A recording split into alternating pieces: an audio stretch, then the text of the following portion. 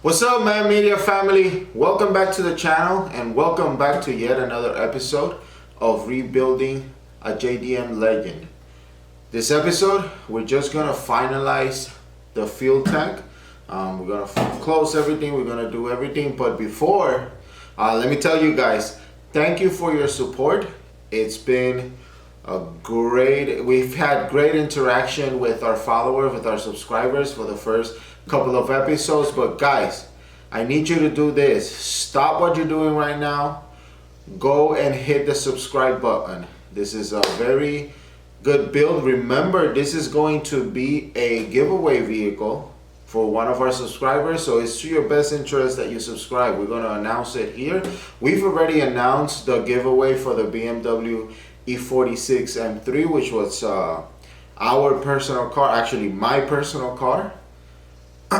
So, and we're gonna be doing the RX7 next.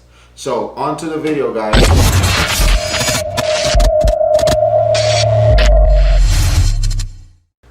Okay, guys, so remember episode before, we painted, we cleaned the gas tank on the inside. We sanded a little bit surface rust that it had, and we did everything that we needed to do to it.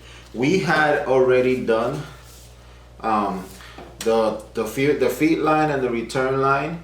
Okay, so what's left to do here is basically fit it to the tank. These are universal hoses. Remember, these are hoses that are meant to be inside a fuel tank.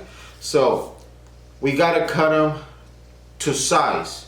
So the first thing that we're gonna do is we're just gonna measure. If you look at your tank, you look inside basically the sock, the filter sock, which is this little thing right here.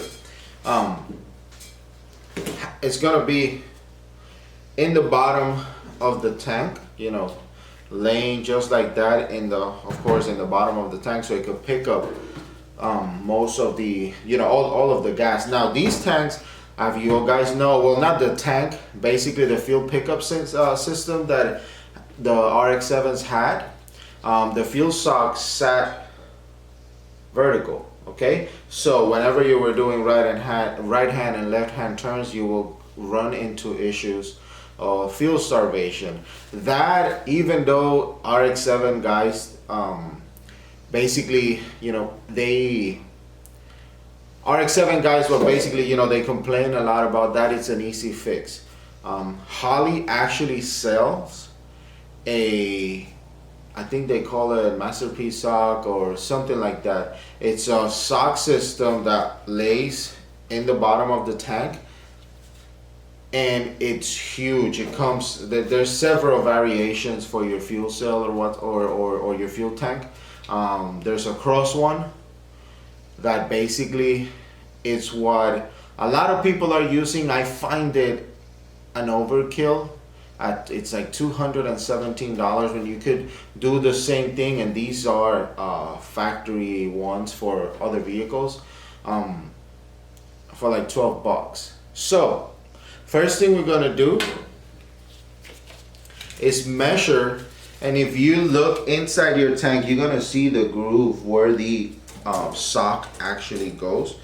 We're gonna measure the correct size for the hose. Now, the correct size for the hose, I don't know if you can see it here, but it's actually 9 and 5/8. Okay, so remember this, 9 and 5/8 from, and let me move this so you guys could see the actual process a lot better. Give me just a second.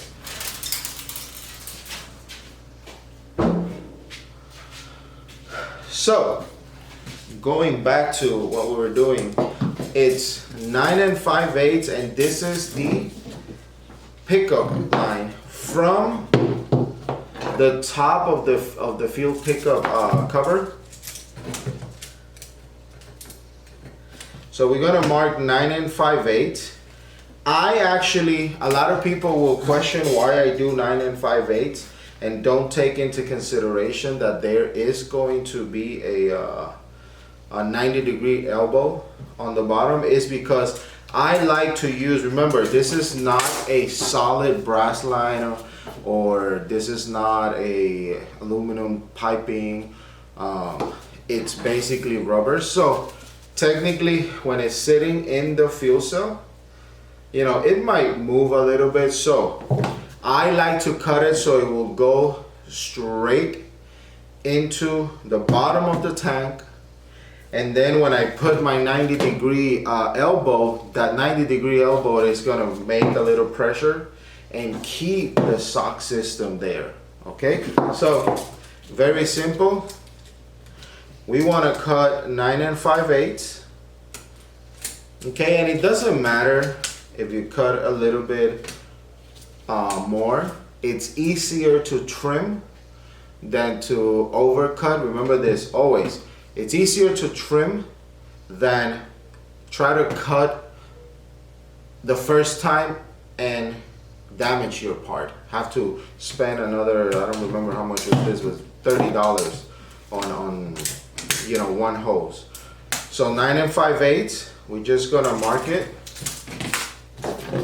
You could do this with a scissor, you could do this with a blade, you could do this with whatever, you know, basically you whatever tool you have to cut.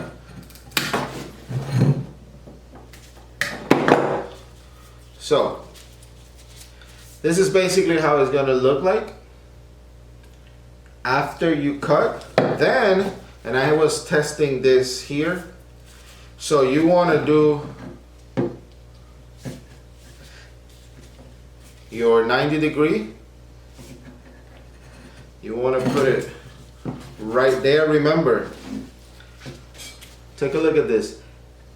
The original system for the 84, 85 RX7, it was copper lines that used to go kind of like on a 90-degree here and then another 90-degree here, with the pickup once again laying like this. So it will be, you know, if you look at it, it will be something like this. That created, the fuel pickup didn't have enough surface in the bottom of the tank to use all the gas or the fuel in there. So now that we've cut this to size, okay, all we're gonna do is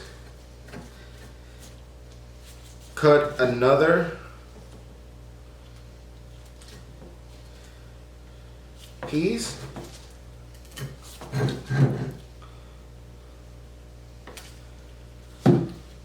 And again, it doesn't matter if you have to trim afterwards. It's better to trim than to lose your whole part. So once you do this, you do your 90-degree cut. Remember this T also. This T was $3.49 from Summit Racing, and it's a T, it's a 90-degree elbow, sorry, not a T. A 90-degree elbow meant for a fuel tank. Made to go into a fuel tank. Your -8, remember this is -8, your -8 sock.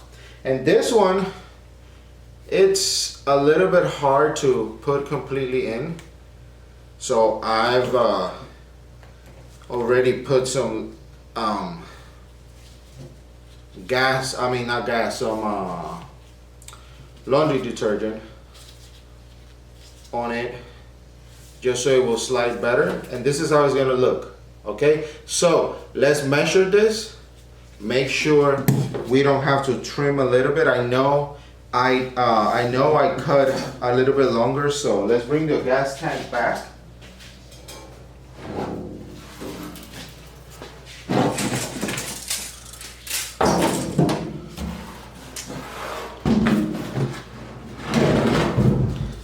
Now, the way this sits is going to sit just like that on your fuel, and you see. So it's gonna sit just like that. Okay. Remember, let me see. Remember, all of your fuel lines are going to be facing to this side. The way you set up this with the, remember you have the cover, you have the indentation for the spare tire. So the way you want to put it is all your, these two, you can put them, you know, however you want, because I'm going to put swivels in there, and that's going to allow me to put the fuel lines however I want it. But the vent has to go that way, which is basically going towards the driver's side of the vehicle if you want to do it correctly. Now, it's fitting perfectly. Okay, and what I'll do is just put this one just like that, just to make sure I'm touching. And I'm touching exactly how I want to. Now, if you look inside your tank, there's a little mark where the sock, the old sock, has to sit.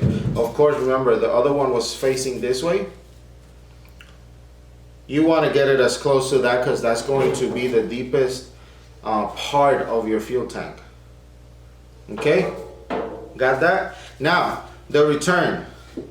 Something I like to do with the return is I want to cut in the original system, and this is something actually Yas Fuel Cells told me. You want to leave, if they were originally side by side, you do want to leave the return a little longer, just a little bit longer. Reason being for that is you don't want the return line pushing away, creating water pockets, so on and so forth in the fuel tank. So a little bit longer, just so the return goes a little bit further from the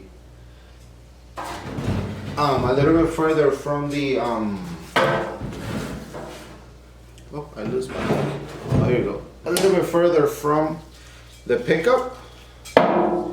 Go ahead, I always try to leave it like a 1.5 to 2 inches longer. That's why if you look at new systems, the fuel return is going to be on the top. Okay, in this case we don't have that option unless we want to drill the tank, something like that. So we'll have to just do it like this.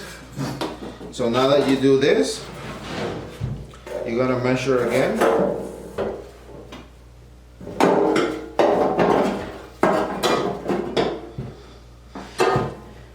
And that placement should be perfect, but all I want to do is just turn it around. The good thing, the reason I'm doing the fuel pickup first is because I get to look at the tank. You know, I get to look inside the tank, see how the fuel pickup is gonna sit inside the tank. Turn on my handy flashlight in my cell phone. And you see I do have to cut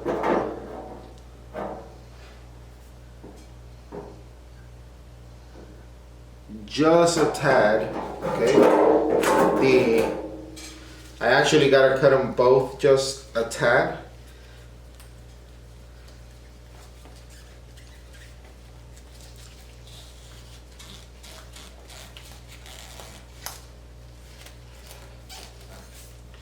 These one-way 90s are kind of hard to get out after a little bit. So if it's giving you problems to get them out, all you gotta do is warm up a little bit the hose with hot water, and it'll come easily. If not, just hold it a little bit, you know, pull on it a little bit harder. Like I told you, it's better to sneak into it than overcut, so I know I had left enough space for the 90. So let me just cut this.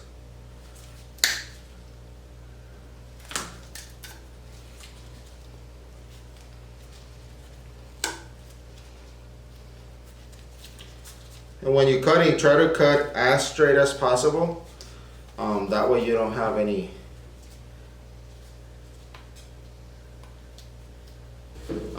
even though we're building race cars, fast cars and all that, it's better to measure and remeasure just so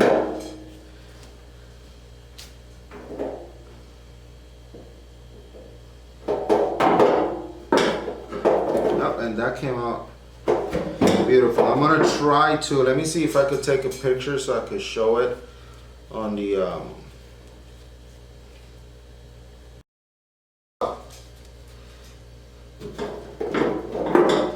doing that. We bought a gasket from Atkins Rotary. There's their information if you guys need it, and I'm gonna be linking their website on the bottom of the video. Just make sure we got the right gasket. Perfect. So we got the gasket. Just put your sock through it, your return, make sure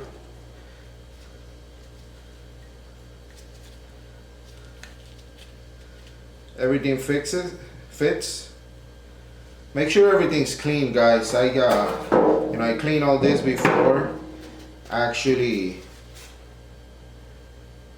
starting the video, but make sure everything is nice and clean. Now, screws.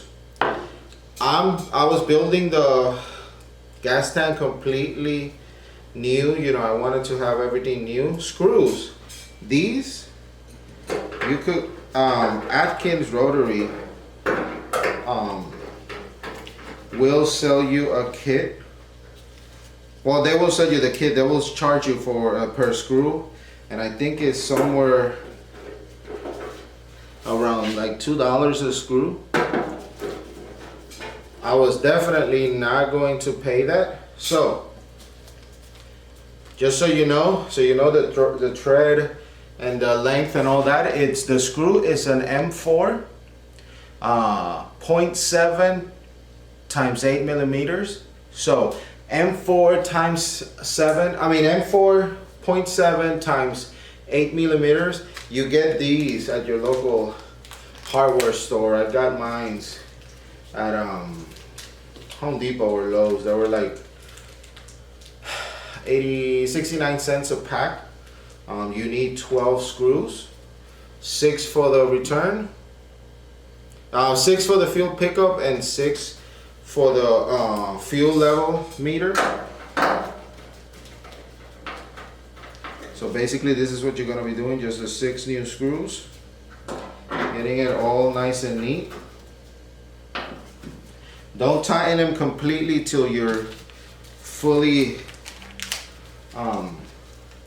done with them, till you have them all in, and go on a cross. Always go on basically on an X. That way you assure that everything it goes flat. So that basically, guys, gives you a fuel pickup system that is going to have enough fuel for as much gas as you're gonna need. I did -8 feed, -6 return. I don't believe you need to go any bigger than that. Actually, -8 might be a little overkill for the build that I'm doing, but hey, might as well overbuild it than underbuild it. Now, we're gonna do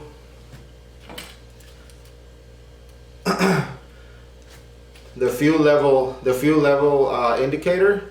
This again, I wish I could have made one myself, but you know that wasn't gonna happen, you know, so I had to buy this one factory, OEM, sorry. I had to buy it from, again, Atkins Rotary. And let me give you the part number real quick. So this is a original Mazda part, okay, came in from Atkins Rotary again. The part number is FA54-60-960. Again, FA54-60-960. Atkins Rotary, I think it's like $129 for it. Okay, I wanted again to have as much original stuff as I could. I want the, you know, our winner to have you know, great car. So this is a very simple installation. The kit already comes with the gasket, so we are just gonna put it in there. Okay, again, correct positioning. There's only one way to put this, and so it will actually work correctly. And it's gonna be the plug again facing the driver's side. Okay, the plug is gonna be the connector. The connector portion of the plug is gonna be facing the driver's side. And the reason for this is just a float. Okay, let me show you how this works.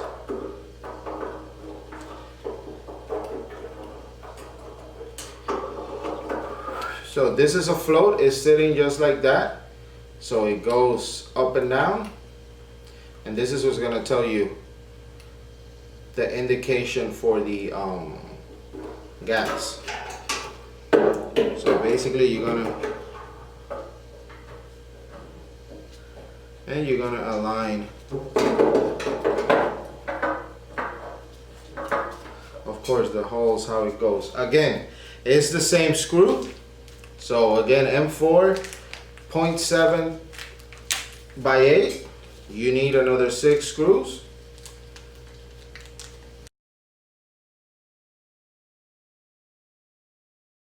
So guys, here you have it.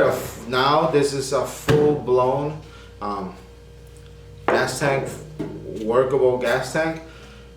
-8 feed, -6 return. Brand new volume sensor, completely refurbished, completely new basically, painted on the outside and all that. Hopefully guys, you've liked the video. Please, once again, please subscribe to the channel. That's the only way we're going to be able to continue with our videos and continue to do what we're doing. So give us a like, give us a thumbs up, give us a subscribe.